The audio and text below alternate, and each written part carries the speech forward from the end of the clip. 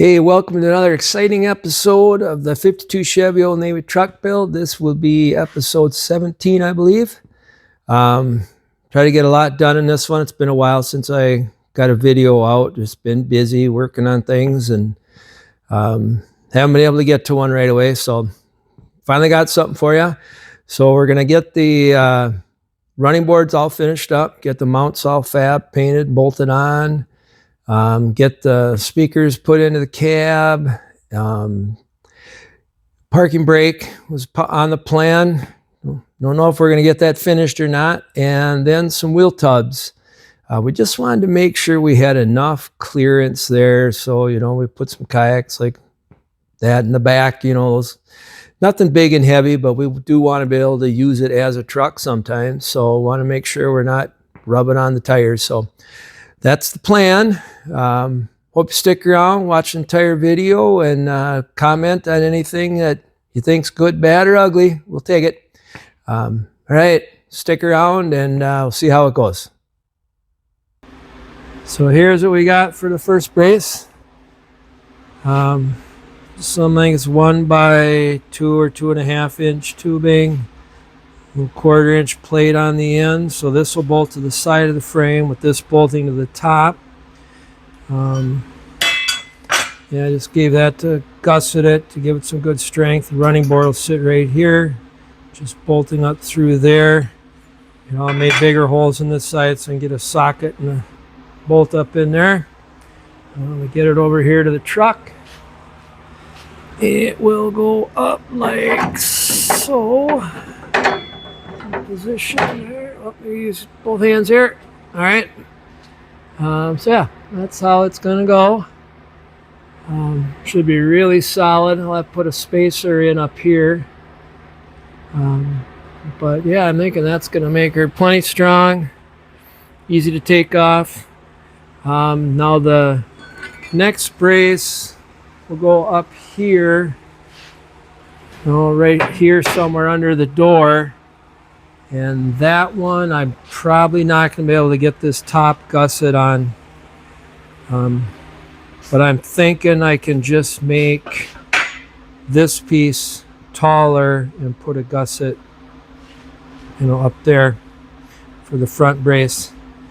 But yeah, this one's just got to get cleaned up and sandblasted and painted. And it's ready to bolt on. So I'll get started on the one that goes up in front of it. So here is both mounts bolted into place on the passenger side. Seem really nice and solid. Let me get up under here. Here's the front one. So yeah, I just did the gusseting a little different. Still really strong. It's 2 bolts holding that on. I'm sure you could jack the truck up with these. They're plenty solid. So yeah, get the other side done and running boards will be completed. Well, got the mounts all made and bolted on. Still have to pull them off and blast them up, clean them up. But yeah, all in all, they came out pretty nice. I put the truck down and hopped on them, and yeah, I can bounce on them, and everything's rock solid. So yeah, I think we're good on these. They're pretty easy to take off and on. So the only thing I still might have to do is, you can kind of see I added a couple of rivets there. So these metal channels, where the fiberglass was wet, they must have just pressed them in. And so a little bit came through all those little holes. Well, they're a little misformed, and when I pull them down straight to sit on these braces, it was popping free from the fiberglass. So I'll add some more rivets probably to them just to lock them down good. But otherwise, I think we're all set. We'll cut off those bolts up there. Well, I got it up here too. Cut this one off. But yeah, another step. So I'll get these pulled off, blast them, paint them, get them on, and we'll be done with that. Oh, and something else I want to do is, I think I'm going to add a drive shaft hoop to this. Just come off that cross member with a U, you know, just as long as this drive shaft is, and I think it would be a good safety feature to have on it. So make one of them up too and get that put on. All right, I'm gonna get back to it. So here's one of the brackets all primed up. Use that Duplicolor self-etching primer. Seems to work pretty well for doing little brackets and stuff like this. And then here's one all fully painted, ready to bolt on. Again, I used that appliance epoxy. It's a really a tough finish you get from it. I really like it. So now these are done. I got them stamped, what location they go into.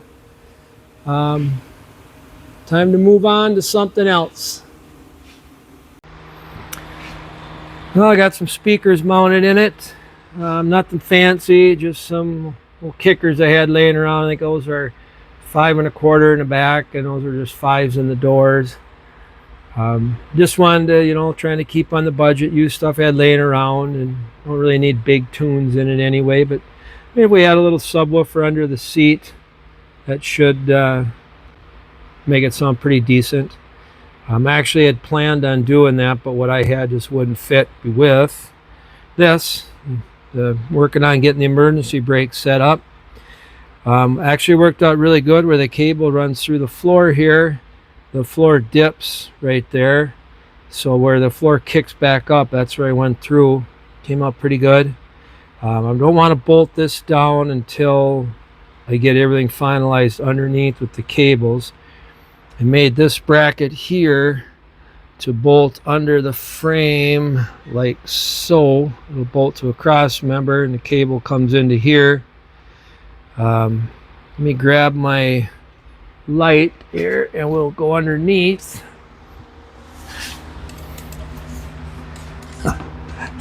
So here's where the cables come together. I had to cut a lot out of the cables and just welded a nut on the end of the cables to grab the bracket there. I may end up remaking that bracket because the cables, I might have to move these brackets up here in the frame too, because the cables are coming out at such a sharp angle. I don't know if that's going to cause too much bind. I'll get the cable bracket remounted up there on that cross member on those 2 bolts, and then I'll figure out if I need to do that or not. We'll try it out, see if it works. The other problem I'm having is when this is connected, I'm only maybe a 1/2 inch off the drive shaft there. So I may end up moving this one over here anyway to try to kind of get it a little higher up in the air. So work in progress. I'll get that mounted on and hook the cables up and see how everything looks.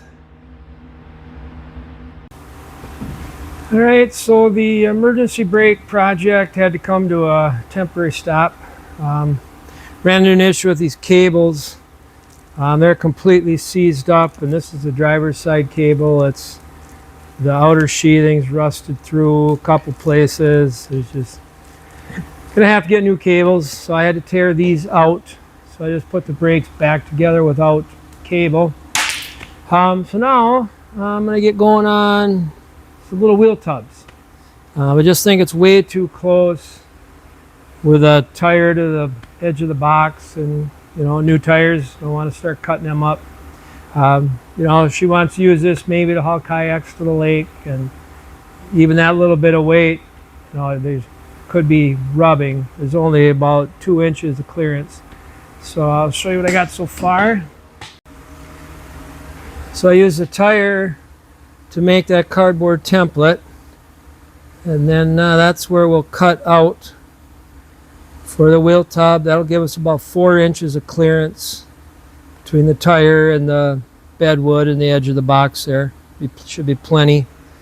Never be gonna hauling anything too heavy in it. So yeah, not taking a lot out of there, and I think they're only going to be about 3 inches wide. So I got this pretty well scribed. I'll pull this thing off and get the plasma cutter out. We'll cut that chunk out of there and then move to the other side. Well, I said they were going to be mini tubs. So yeah, they're pretty small, but we're just putting in what we needed. She would prefer not to have anything in here. But yeah, they're coming up pretty good, fitting decent. So what I plan on doing now is that rail along the side, I'm going to make a flange along the top of that wheel tub that matches that. Will tie into the existing angle that's already on the box side. And I'll probably put a small flange along the edge here. Just something to kind of seal it down to the wood. But yeah, coming up pretty good. Once I get this side wrapped up, then the hard part will be matching the other side exact. You don't want to get the same gap between the stainless and the tub, and same width and everything matched up real nice. So first one's always easy to make. Second one, it's easier because you kind of know what you're doing, but trying to make them match can sometimes be the pain. But yeah, it's coming good, so I'll keep at it. All right, so I got the bottom flange on and the top one just kind of tacked in. I'm going to have to make some little filler pieces where the top flange meets up with the current L bracket, or whatever you want to call it, on the truck. But all in all, yeah, I think that's going to look pretty decent. I really wish I would have run a bead where this bead follows the edge here. I really wish I would have ran that up and over the wheel tub. Kind of late now to try to roll it in there. If we were going full Monty on this thing, I would probably remake it. But I'll just flatten that out up at the edge there. I'll just flatten that where it comes into the flange of the wheel tub. And it'll blend in all right. Should look just fine. But yeah, it's getting there. A little time consuming. So kind of the way I've been making this is so here I started with just a flat piece, made a mark on it kind of where I want the piece to roll over for the inside edge radius of the tub, and did some shrinking on it. You can see just that shrinking has started to curve it, and now it's curving this way and this way some. So now I'll take it to the bead roller and run it through the bead roller, put a little more radius on here, and then see if it needs more shrinking. So here's the setup I'm using on the bead roller. So on the bottom here, I got this, neoprene or whatever rubber wheel with this forming die on top. And then when I run it through, as I run it, I'll just follow the edge of the die here and then just kind of bend up on it, and should put a nice radius on it. This is my little homemade bead roller, nothing fancy. I do need a foot pedal for it right now. I got the speed control right here, but it works. Someday when I get big, I'll get a real one. So that's what we got now. You can see I kind of straightened it out a little bit, so put it back in the shrinker, and we'll get the radius we want on it. And then after that, once we get a nice radius on it, we can do a little hammering and dollying on it to get that laid down just nice how we want it. Make it a 90. So yeah, this worked pretty well. There's a forward, reverse, off switch for it. Just kind of a homemade up and down. So what I do is I set this roller tight so there's no slop at all in the up and down adjustment. Crank the nut down good, and then when I run it in, just bend it up tight after a few passes to the edge of the wheel here, and puts a nice radius on. So yeah, homemade cover over the chain guard. Just made this with a motor I found on Craigslist. Bought this side, I believe it was a Woodward Fab hand crank bead roller, and then I had a friend of mine machine out this other side to match, and I welded the plates top and bottom and to beef it up. It's plenty strong. So all right, I'll get to getting some more shape into this part. So after about 3-4 passes through the shrinker, we're fitting our template really pretty well. The template's not perfect either, so yeah, now we're ready to fit it onto the truck, and then we got to make a flat piece go across here, and then we'll have to make the flange for the other side. All right, so I got her sitting down nice now. Got that piece welded in, all cleaned up. It's nice and flat. So now I'll trace out this to make the flange here that'll sit on top of the wood inside the bed. And after that, we'll fit it in and start to make this piece.